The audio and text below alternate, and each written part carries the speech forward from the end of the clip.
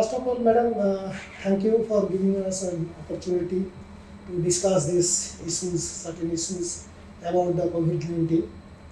We are from the Navi Mumbai Bengali Association. I am the president of the Navi Mumbai Bengali Association. Our association is having around 3,000 members. We are doing a lot of charitable activities other than some religious parties there, like Durga Puja, Kali Puja. In our association, there is a building where 8 to 10 rooms are there, which we are providing to the cancer patients, needy cancer patients at free of cost. Those who are coming to Bombay for their treatment, because cancer is a disease, a lot of expenses is required for treatment. So we thought we will give some kind of relief to the patients, because in Mumbai the stay cost is very high. In addition to that, we are giving the food, free food to them. We have a canteen facility. We are doing a lot of charitable activities like street children and economically challenged, those who are, we are giving the tuition coaching. That's nice. And youth development, it's like a youth development program. We are developing, they are unable to afford the education cost, so we are supporting through the books and the fees and a lot of things. We have an ambulance, our association. For our members it's free service, and for others it's a very negligible prices. And other than that, we are giving some scholarship to the student, those who are doing in the respective field, science, commerce, technology and all this. So every year we are providing scholarship, certificate along with some monetary benefits. In addition to that, every month we at least 600 to 700 needy people have prasad foods, free foods in the day of Amavasya. In Durga Puja also, we give prasad to 20 to 25,000 people. Other than that, many times we arrange the doctor consultation for our members' benefit, like awareness program for cancer, breast cancer, and the gyno-related problem or old age diabetes problem and all these things. We have a tie-up. You are one of our associate partners, so you have given a lot of discounts to our patients. They are availing that benefits and they are happy. So we are trying to increase these facilities, because we are mainly for community services. So during this lockdown, basically everybody is scared. So we thought, why we are not giving some doubts, which is doubts in the minds of our members or any other people. So we should clear them. So everybody is in panic situation as of now. What to do? Because there are a lot of WhatsApp messages are flowing.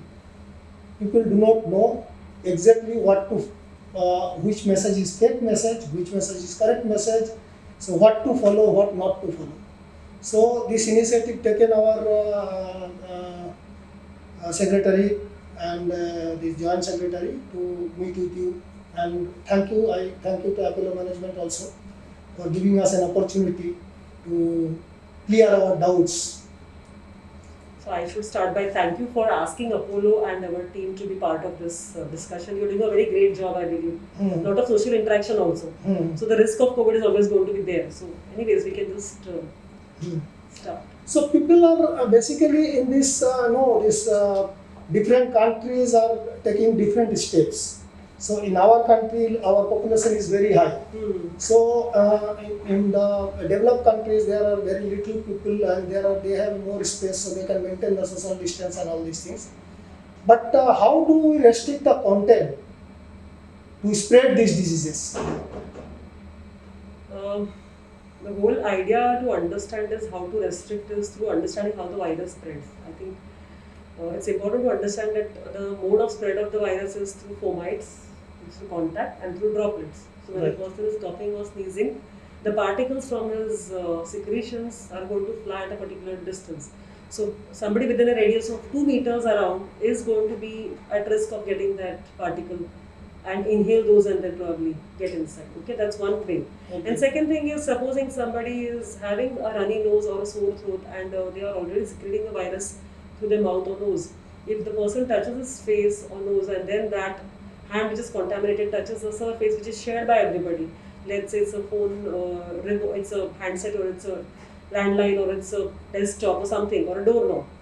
Right. Somebody person who's not infected and touches that and he touches that surface and then probably accidentally touches his nose or mouth or face. Okay, the virus can enter through these three openings, the nose. Okay. So we need to understand that it's practically impossible to be careful totally altogether. But if we are maintaining a safe distance when we are moving in a crowd, the lockdown is going to be lifted, people have started already going to the work, the restrictions have come down quite a bit. So when people are going to go into the society outside, in fact their homes, and they go to workplaces, they have to maintain the social distancing always. And we will obviously be wearing masks everywhere now. If somebody in the family is unwell or having symptoms, and if the COVID test is awaited, or if the patient has mild symptoms or COVID is positive but doesn't need hospitalization as per the doctor's discretion, in that case, that person has to be kept in a separate room. The dishes and clothes and everything has to be cleaned in a separate way. The person himself who's suffering or herself suffering should be wearing a mask. And the person who's a caretaker should be wearing mask and gloves whenever they enter that person's room because the contamination is there. So the only way to prevent further spread is maintaining hygiene, washing your hands. Every time you come in contact with a particular surface which is possibly contaminated, wash your hands with soap and water thoroughly. Or if it's not possible because you may not have a water source, so then sanitizer is the next best thing. That, and plus avoid touching your nose and mouth and face unnecessarily because that's how the virus is going to enter your system. And of course maintaining your etiquettes. Somebody sneezing and coughing, now to avoid this, you are wearing a mask, but again, hand washing as frequently and as long as you can is a good way to be careful. Now, what are the basic mistakes people do? Basic mistake people do, which leads to further community spread. Yeah. So actually, the way the virus spread is through fomite. So supposing we are not being careful enough about hand washing, people do not recall that they have come in contact with somebody. Okay, you travel out of the house, you've gone for some grocery shopping or whatever, and then there's exchange of hands, like the money is exchanged hands or the card, the debit card or whatever swipe, and then you put it back in your pocket, but you've forgotten to use a hand sanitizer or wash. We don't know, potentially it's always possible, right? Right. Again, if it is just sitting in a vicinity like we are talking here, if we are spending more than 15-20 minutes in the vicinity of a person who is having cough, cold and fever and possibly COVID, in that case, the person is coughing and sneezing, then that is going to be there. So, not wearing mask at the right time, not using hand sanitization as a technique regularly or being careful about it. So, this is something we do consciously till it becomes a part of our habit. So, for it to become a habit, it's going to take some time. But hand washing regularly, not maintaining the distancing, not using a mask at all places where you are. So, at home, we don't have to if everybody is healthy. But out of the house, it would be always wise to wear a mask. Right. Okay. And again, people do this, we don't realize, now because of the mask, I'm not touching my face. But whenever we're talking to patients subconsciously, we're dealing with people and we tend to scratch our head, touch our face, sit like this. So these touching our face unnecessary is something we do it many times in a day, we don't even realize. Now, when you're wearing gloves and you're wearing mask, obviously you don't want to touch your face. Right. So these subconscious actions will take time to go away, but then that is one of the ways it spreads. Okay. And of course, one thing I've noticed, people tend to hide symptoms. That's one mistake people do. I mean, somebody's in the house is not well, halka bukhar hai, it's okay. So, trying to downplay things. If it had been some other year, if it had been 2018, 2019, and if you had cough, cold, fever, I'm sure all of us do that. Try at home for 2-3 days, try taking crocin and some anti-allergic steam and all that. But in this situation right now, trying to play doctor yourself, even we sometimes don't do the test in everybody, even we wait.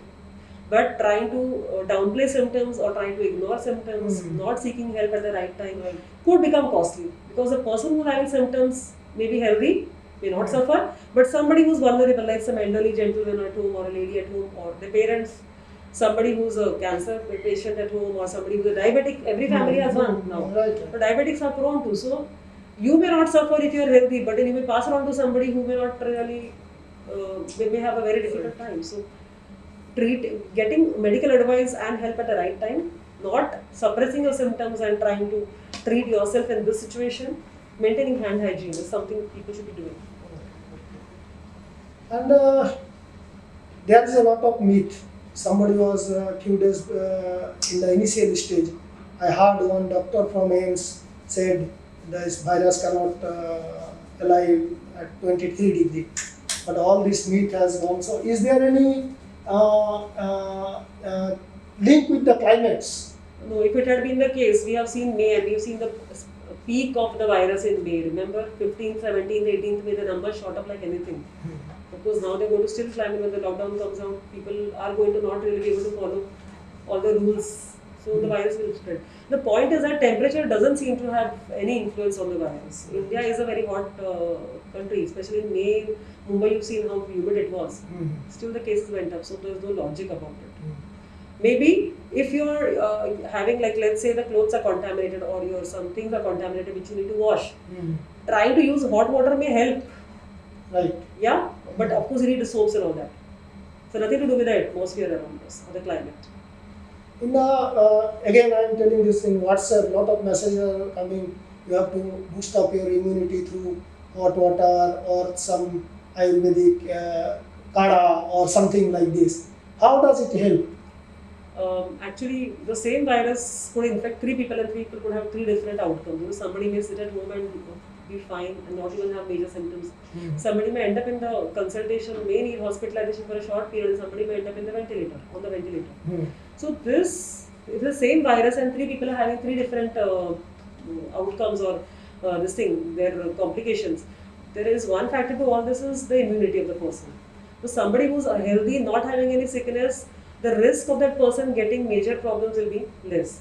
Somebody whose immunity is low, because that's how your body tends to fight external infections. Right. So whenever you get a common cold, right? So common cold symptoms, most of the times without even seeing a medical help or taking any medicines, people tend to get better. Anyway, in viral infections, you don't need antibiotics. So supplements and the rest. So if your immunity is good, your power to fight back the virus with antibodies inside the body is good. So immunity is always going to help, and people with good immunity are always going to have a better fight with the virus. So immunity boosting is something 100% makes sense. But how is one question. I am not an Ayurveda based practitioner, Right. so I do not know whether it works. But I do understand that somebody who's taking good, healthy, protein based diet, nutritious food, not eating leftovers too much, having a good sleep. Right. And most important is how stressful you are. If you're too stressed out, and all that effort that you've taken about maintaining your health and nutrition and hygiene will probably not really give you that much result. So, I will not be able to comment on the Ayurvedic kadhas, but getting good food and good sleep and maintaining your mental peace is important. Now, one more thing, this because in this rainy season normally we suffer from flu every time. Right. But it is now this time basically it is very difficult to identify whether it's a COVID related or, because when in other time we normally go to the doctors, those small doctors are private doctors are there. But in this COVID situation, private doctors are also not practicing and all these things. So what do you suggest? If anybody is having symptoms like a normal flu, so still they will do the COVID test or? So there are many viruses which cause flu-like symptoms or cough cold or common cold. It's just that the intensity of each is different. Even in common cold, we may sometimes get mild fever, but we usually have a runny nose and a stuffy nose and headaches. In your sore throat infections, because of viral or bacterial infections, you may have pain in the throat, you may have sometimes irritation in the nose, headache, fever, body pain. In influenza, you will have fever, headache, body pain, sore throat, runny nose. So if you see all these symptoms and they're in just up my plus minus intensity and frequency, and doesn't have to follow the rule book.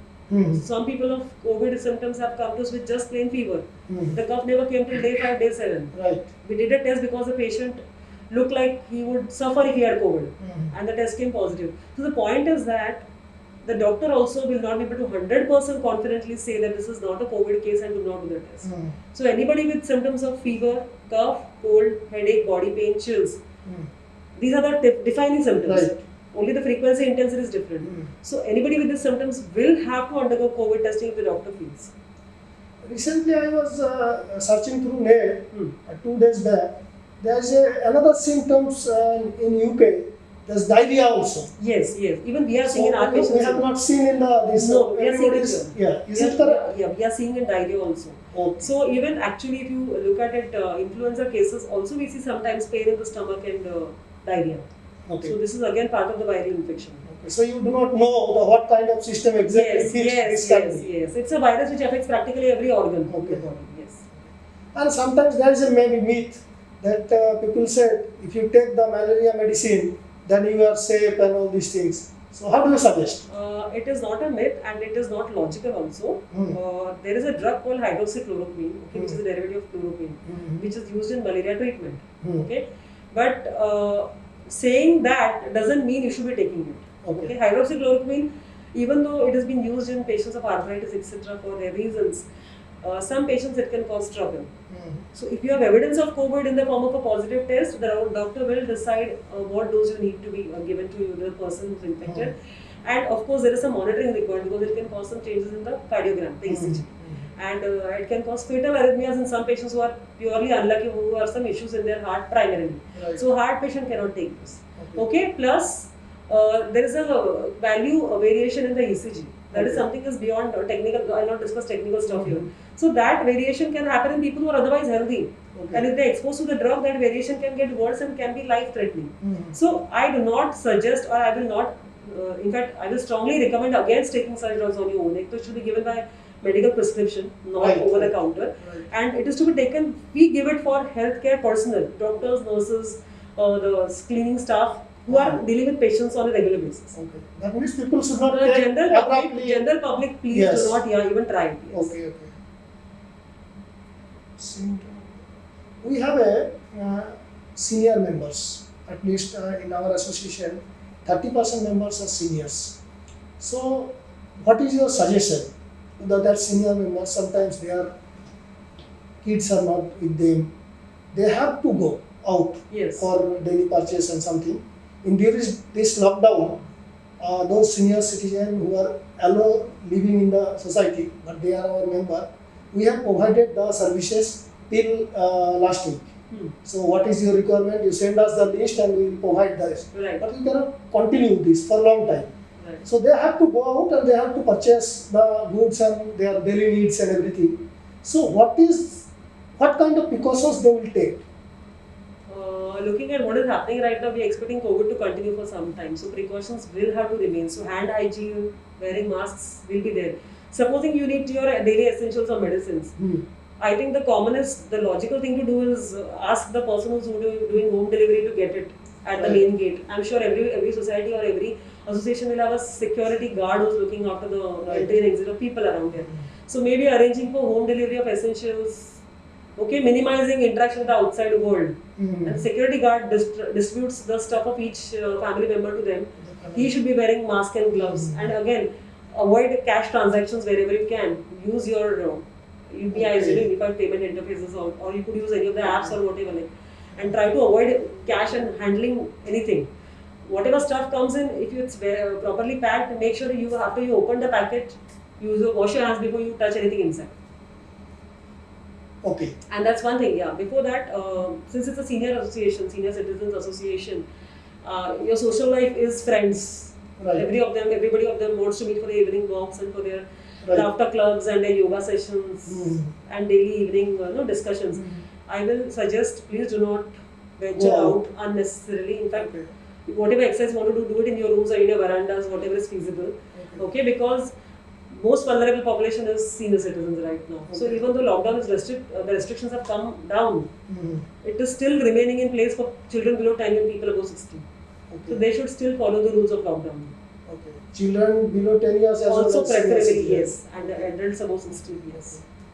And we have also the cancer patients in our association. Yeah. So how they will take the precaution, because they have to go out for their treatment or cancer treatment, chemotherapy and all these things during that time, because their body is very weak. Right. So what are your suggestions? Cancer, so patients, even this applies for diabetes, what I'm talking. So make sure that you're taking your medicine on a regular basis, okay? Your supplements of B complex zinc, what your doctors prescribe, do not miss on those. we do prescribe vaccines for people of diabetes and cancers, so that they don't get this lung infections or the unusual infections. So if your doctor has given you some recommendation about a vaccine, please make sure you take it on schedule and don't miss that. Okay. Maintaining hand hygiene while going out, wearing mask and gloves at all times.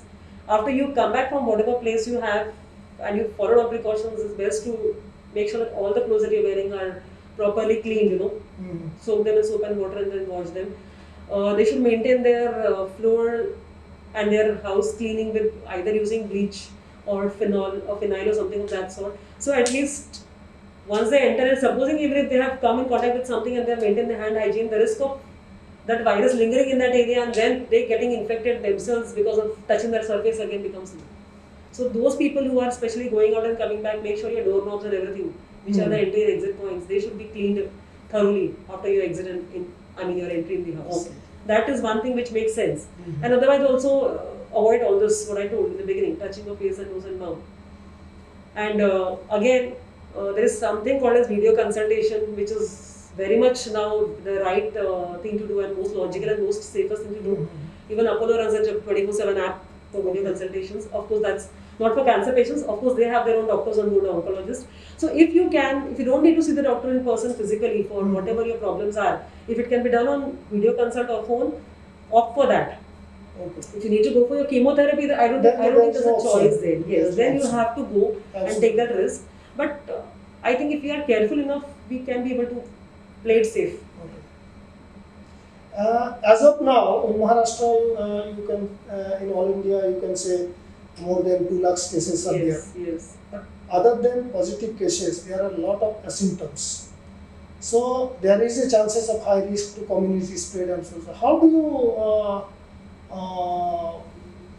identify the asymptom cases as a normal public? Is there That's a any- difficult one to answer. So, supposing a patient in a particular family comes positive, then obviously the best thing to do, what the authorities do is contact tracing.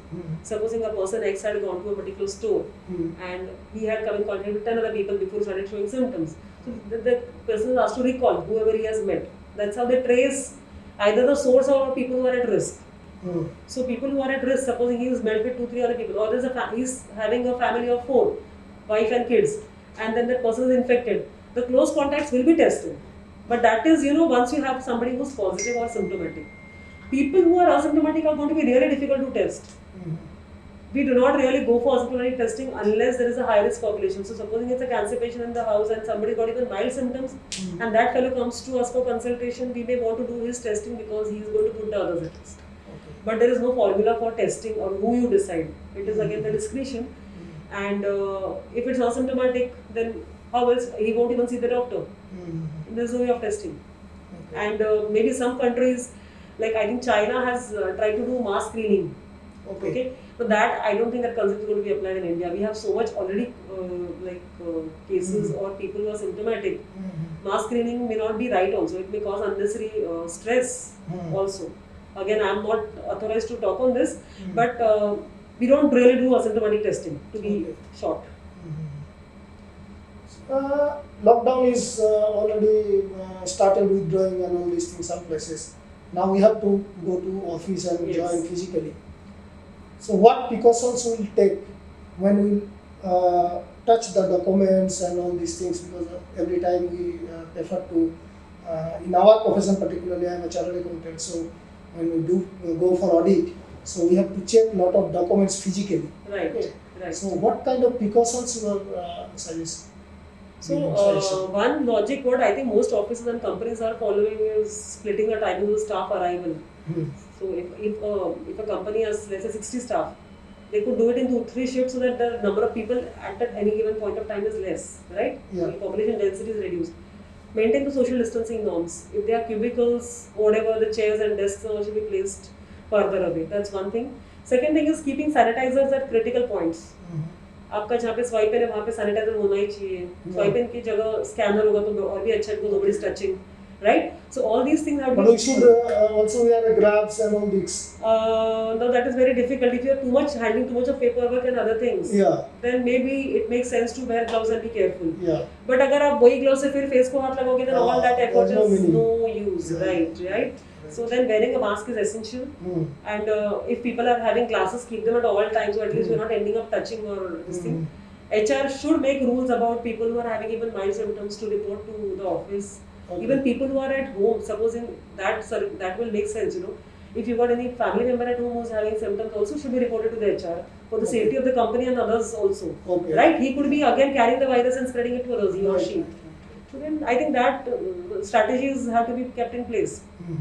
Those who can work from home should be encouraged to do that, at least till this situation cools down.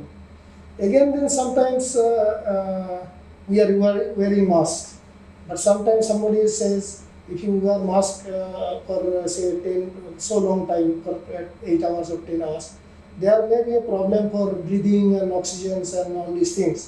So this leads Right. another problem other than virus. Yes, people do feel suffocated. So now the thing is about what kind of mask you're wearing, it depends on that. Yeah. So we are dealing with patients, so we use N95 mask. We want to minimize the chance of getting the bug through this. For people who are in the office environment which is not patient related or not medical care, simple surgical masks or even your cloth masks, if they are cloth masks may be difficult, people may not be able to maintain their hygiene. So simple surgical masks that most of us, like this gentleman is wearing, even they could be used. Okay. And they are not that snugly fitting, so you may not really feel suffocated. Only thing is if they become wet because of whatever your inhalation, exhalations or whatever the saliva, in that case they have to be discarded properly. That's all. So what is your suggestion for pregnant women and children? Basically below 10 years, you just told me, especially pregnant women, the ladies, those who have a gynae problem and all these things, they have to take extra precautions or something? Actually, I'm not aware of the data on COVID in pregnancy, if there's any extra problems, but usually pregnant women are more vulnerable compared to normal population.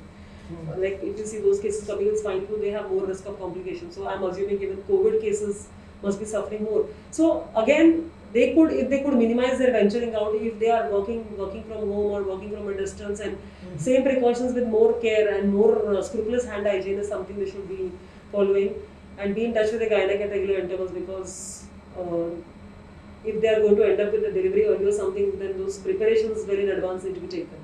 Okay, no special precautions. They should follow their protein intake and the diet intake regularly, because again the immunity. See, they are because they are pregnant. Their risk of the child also suffering because the mother being infected is high. Yes. So in their case, their precautions about taking their nutritious diet regularly, their vaccines or whatever they have to do, whether after to take it regularly, is something they should follow. Even flu vaccines are given by the gynacs for these, so they should be followed. For children below 10 years, it's difficult to make them stay indoors, but again, But sometimes our children says we are locked in the flat since last 2 months. We want to go downstairs for cycling at least for 20 minutes. If they are cycling on their own and they are not getting mixing with other children, I don't think it's a problem. It's not a problem. Yes. They are wearing masks. And Now, if they're going to play football and they're going to handle, No, then definitely. exactly. So Yeah. contact sports, not in direct contact, but contact sports where you're going to exchange balls and bats and all that is not a good idea. But cycling on their own, I think it's okay. And they are going by staircase. They are not using also lift. Yeah, so I that think can that be is done. okay. Yes, that can be okay. The problem is children will not remember to keep their hand hygiene every single time. And the way we are, as adults don't remember that we're touching our face, they will also do it. So if they're on their own and they're playing, I think we should allow them. We cannot let children, but they should be careful. That's why Parents should go. you should and encourage them to do Yes. something indoor. They could do hopping, skipping in the house also. Okay. It's not really that interesting for the kids, but Yeah. cycling is always good. Yeah, cycling is the best thing to do. And then normally Bengalis are fish lovers, and then we take lot of times non-vegetarian foods also. Is there any risk or to taking this or any benefits as far as medical terms is You don't have concerned? to change your diet for anything. I mean, what you've been consuming for generations won't do you any harm. If you're cooking it well, in fact, fish are good source of omega-3. So Okay. that's not a problem. You can continue consuming it. Only thing is how it is handled before cooking is important. Otherwise, there is no problem. And you said already many members are having ailment like diabetes, heart diseases. They have to take extra precautions because this time we already have discussed. So these are the questions we have doubt, and if anything, then we can consult you over phone or something like. Thank you for your giving us a time and your valued suggestion. and this will be circulated among our members, and definitely they will follow what you said. They will try to follow. So because life is their own, so everybody wants their safety first. Right. So it's really thank you to you and your management also. So giving us an opportunity to serve our community, and always you are stand behind us. Thank you so much. Thank you. Thank you.